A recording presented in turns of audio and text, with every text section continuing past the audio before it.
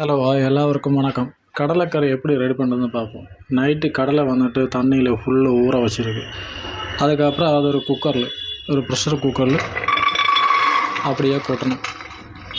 கொட்டதுக்கப்புறம் 1/4 teaspoon போதும் மஞ்சத்தூள் அப்படியே போடணும். வந்துட்டு தண்ணி ஊற்றணும். தண்ணி வந்துட்டு கடலையில் மேலே நிற்கணும். இந்த மாதிரி அவ்வளோ அளவு தண்ணி ஊற்றுவா. ஓகே, இது போதும். அப்புறம் ஒரு 1/4 டீஸ்பூன் சால்ட்டு அதில் மேலே கொட்டுவேன். அவ்வளோதான். 5ஆமത്തെ ഫിഷിൽ അടിച്ചിരിക്കുകയാണ്. അതോടെ കടല നമ്മൾ വെന്തിരിക്കുകയാണ്.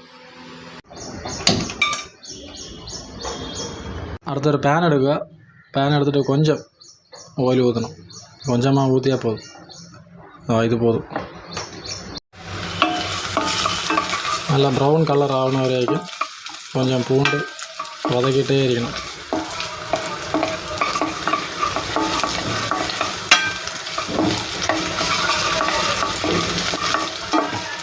பாருங்கள், கொஞ்சம் ப்ரௌன் கலர் ஆகி அதுக்கப்புறம் ஒரு வெங்காயம் ஃபுல்லாக ஸ்லைஸாக கட் பண்ணிடு அப்படியே போடணும். அது வந்துட்டு கோல்டன் ப்ரௌன் ஆகணும். கோல்டன் ப்ரௌன் ஆகணும் வரைக்கும் கொஞ்சமாக வதக்கிட்டே இருக்கணும்.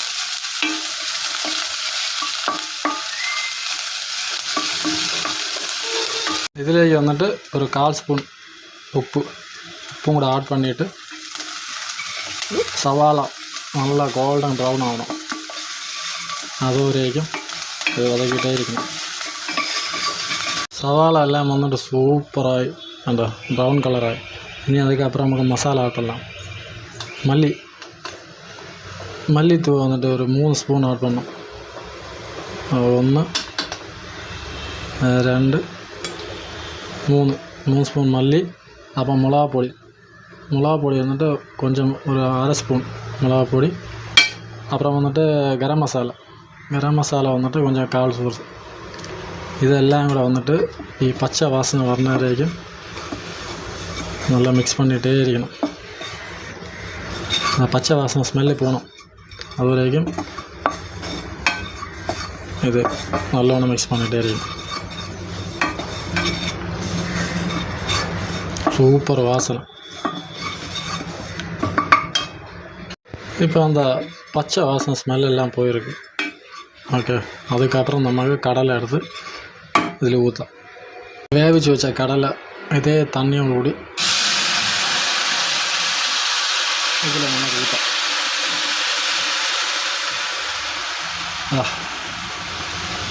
இதில் நமக்கு ஒரு தக்காளி கொஞ்சமாக கர்லீஃபு எல்லாம் கூட இட்டு மிக்ஸ் பண்ணோம். எல்லாம் கூட இட்டு மிக்ஸ் பண்ணிவிட்டு ஒரு 10 நிமிஷம் மூடி வைக்கணும். கடலைக்கறி சூப்பராக வெந்திருக்காங்க. அதை பாருங்கள், சூப்பராக இருக்கா. இனி இதில் நமக்கு ஒரு 1/2 முறை தேங்காய் பால் ஊற்றலாம். நமக்கு தேங்காய் பாலிலேக்கு எப்படியே ஊற்றலாம். அப்போ கறி வந்துட்டு நல்ல திக்னஸாக இருக்குது.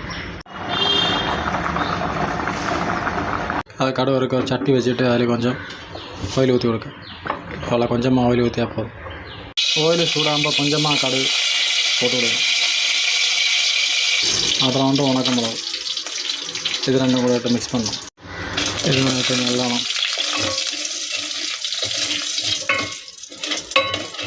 உணக்க மிளகும் கடுகு கூட இட்டு இல்லை ஒன்று மிக்ஸி பண்ணியதுக்கப்புறம் ஒரு 10 நிமிஷம் அதை மூடி வைக்கணும். மூடி வச்சுட்டு 10 நிமிஷம் கழிஞ்சு சாப்பிட்ணும். சூப்பர் கடலைக்கறி. நீங்கள் இதை மாதிரி ட்ரை பண்ணி பாருங்கள். சூப்பர், நல்லா திக்காயிடல கடலைக்கறி. நீங்கள் எல்லோரும் இந்த மாதிரி ட்ரை பண்ணுங்கள். அது நம்ம தோசையில் ஊற்றி சாப்பிட்டு பாருங்கள். சூப்பர் தோசை கடலைக்கறி.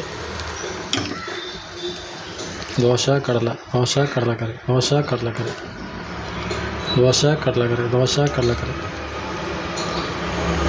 சூப்பரான கடலைக்கறி ரெடி.